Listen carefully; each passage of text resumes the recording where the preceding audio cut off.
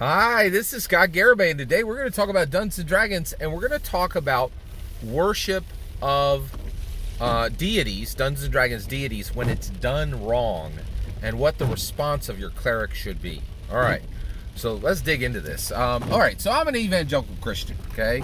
And guess what? Christmas is coming up, y'alls. Woo! I'm excited, right? Now, why am I excited? Because I'm Christian. Christ is my mains dude, right? Like, I love Jesus Christ. So I did all these sins, and my sin is going to separate me from God, and I will go to hell, right? That's the model, right?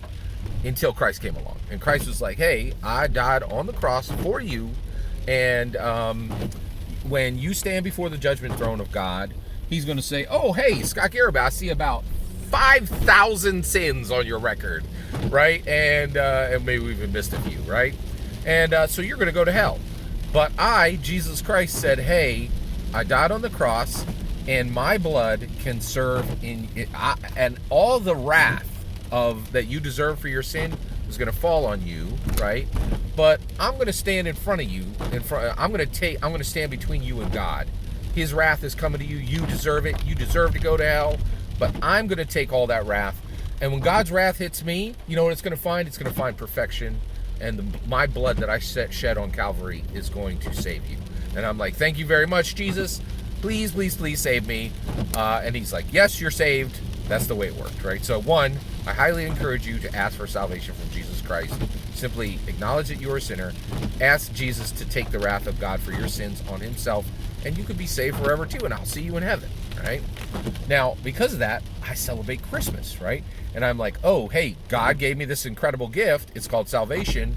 And now, every year, I give everybody in my family a gift. That's what Christmas is about. Christ, Mass, right? Evangelical Christian Christmas, right? So I celebrate Christmas, and it means something. It's not like you celebrating Christmas, right? So you're like, oh, Santa Claus and candy canes and a Switch. That's Christmas.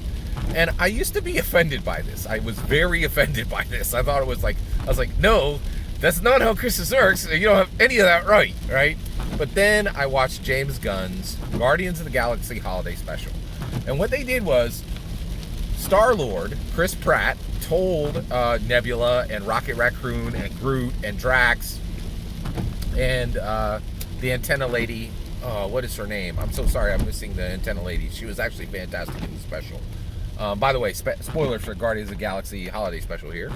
And basically, they all got the story of Christmas third, fourth, fifth hand from Star-Lord's friends telling them about Christmas. So they all try to so they realize that Chris Pratt is unhappy, right? Because he can't have Christmas, right? So they all try to bring Christmas to him, right? And they get it completely wrong. They sing this song about how, Santa Claus is a pig, and how, they think that candy canes are weapons, and they get every single thing wrong about Christmas, right? But rather than being upset, Star-Lord realizes, oh, hey, they just don't understand. They're trying to celebrate the same thing I'm trying to celebrate. So one, I have a ton of goodwill for all of you people who are who are not evangelical Christians, don't have any idea what Christmas actually is, and arguably don't have any business celebrating Christmas because it's not for you. But I need to change my heart about this, right? And so, and the reality is I just watched James Gunn's Guardians of the Galaxy Christmas special, and they're like, hey, if somebody's trying to celebrate the same thing you are, just have some goodwill for them, right? And the reality is, whenever you buy your kid a Switch and you tell them Santa got it, that just ups Christmas. It just makes sure that Christmas is the number one holiday in the world and always will be, and that Christ's name will never be forgotten. So even though you got everything wrong about it, it still helps me, right? And it helps me spread the good news, the gospel of Jesus Christ and his salvation, which each one of you can accept today, right?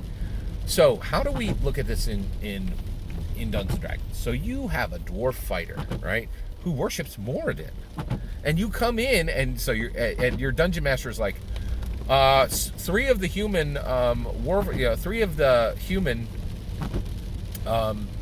blacksmiths in Phandalin ask you to help them bang out the Song of Moradin at the forge that night on silver blocks. You're like, the Song of Moradin? What are they talking about? There's no Song of Moradin. And you're not gonna just take silver blocks and bang your hammers on it. That's the stupidest thing I've ever heard. None of that has to do with Moradin. And Moradin is a dwarven god. Like, none of that is right. None of that is right. Shut it. Get your dwarf fight over there and bang out the Song of Moradin that these sad sack humans made up. And don't be upset that three humans are worshiping Moradin and getting the song wrong, right? Just have goodwill for what is there. All that's my humble opinion. I'm eager to hear yours. Let me know in the comments below. Please consider liking and subscribing, and have a wonderful millennium.